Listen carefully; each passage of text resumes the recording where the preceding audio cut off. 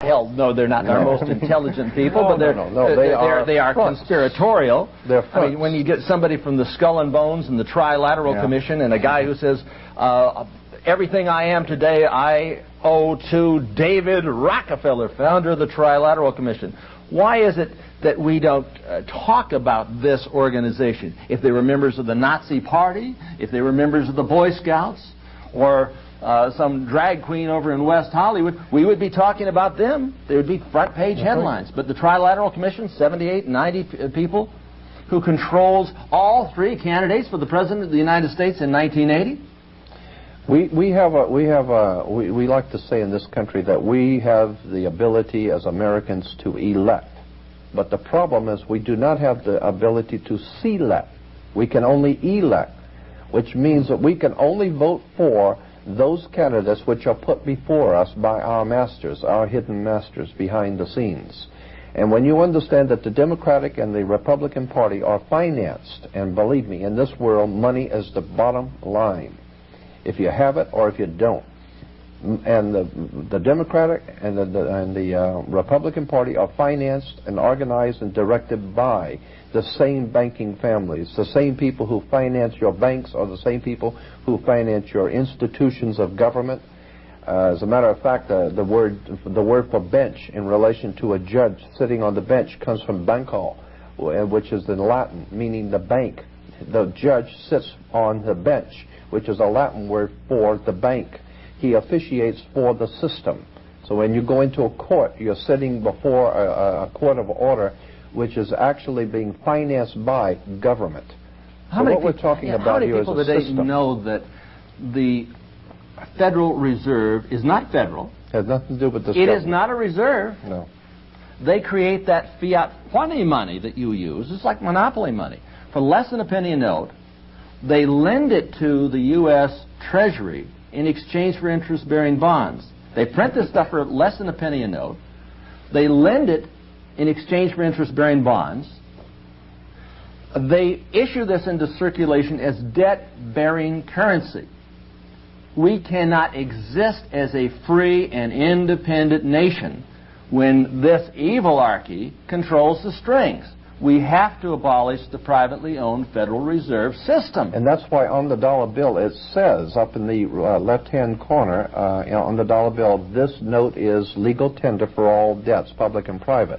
The reason it was put on there is because it was a piece of paper, and you have to tell the people that it's legal. You don't have to tell anyone. It used to say, and is redeemable in lawful money. Yes. Redeemable in lawful money. That meant it's not lawful money. It's not a dollar.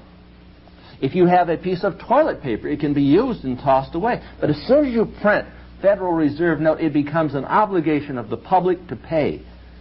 So what we're saying is that the Federal Reserve System has nothing whatsoever to do with the federal government. Just like federal vacuum cleaners and federated department stores has nothing to do with, it's a word. It is a play on words. The Federal Reserve System is a private banking institution with most of its holders. The Class A stockholders have never been revealed to the United States public. There's never been an audit.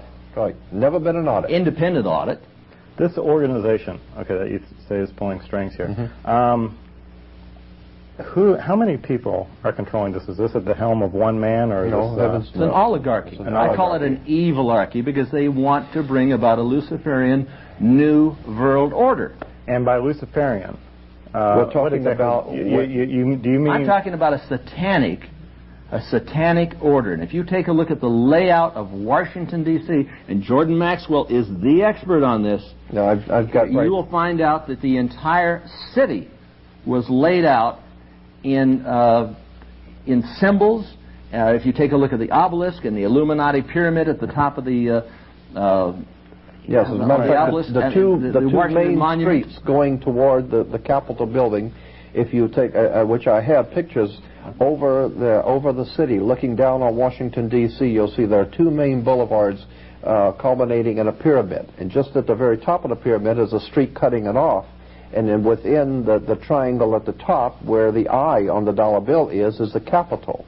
And the Capitol building sits there. It's a pyramid. Then it has the Cleopatra's Needle, which is a Washington monument. And the river, the long riverway, the long waterway is called the River Styx, which is where Pharaoh went into heaven on the River Styx. It is all laid out in Masonic symbolism, and the five-pointed star, which is a pentagram, has always been used. Satan worship, satanic worship, the five-pointed pentagram, and if you take the arms off of a pentagram, you have a pentagon. And the United States Pentagon is sitting exactly due north, aiming due north at the North Star Thuban, which is drawing power, according to the ancient Egyptians, for the god of war. It's the same pentagram that was on the Night Stalker's hand. Right. Now, I'm trying to get an angle. Satanic ritual killings. I'm trying to get an angle, though, on what exactly you mean by Satanism. Are you referring, or satanic, do you mean the elevation of human reason, or do you, the strong survive, or do you mean a group of people who are actually worshiping a bona fide spiritual...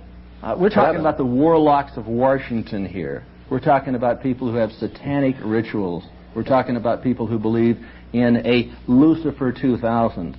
We're talking about the creation of a new world order and a millennium. When George Bush talks about 1,000 points of light, what do you think he's talking about, 1,000 points of light? Could it be 1,000-year millennium under Lucifer?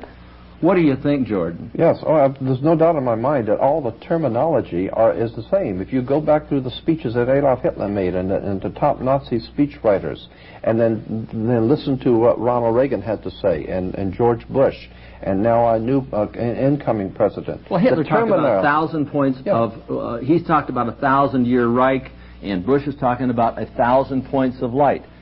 And I don't think it's just a coincidence that Adolf Hitler's second book is... Not points of light? And his term, Bush is New talking World about Order, 1,000 points of light.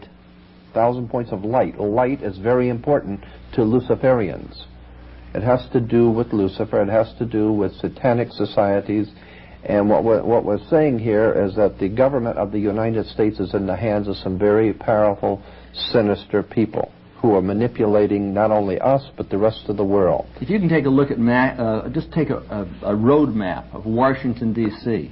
Just take a look at it from the air, and you'll see what appears to be the goat of Mendez. And the goat of Mendez... Which is a symbol in Freemasonry. Right. It's a symbol, it's a demonic symbol within the Freemasonic You see the goat order. and the horns and the whole thing. The whole city is laid out like that. It's all over. So what we're basically saying here is that there is nothing happening by chance. As I brought out before, George Lucas and Steven Spielberg with their Indiana Jones and the Last Crusade. And the Last Crusade is for the Holy Grail, the Cup of Christ.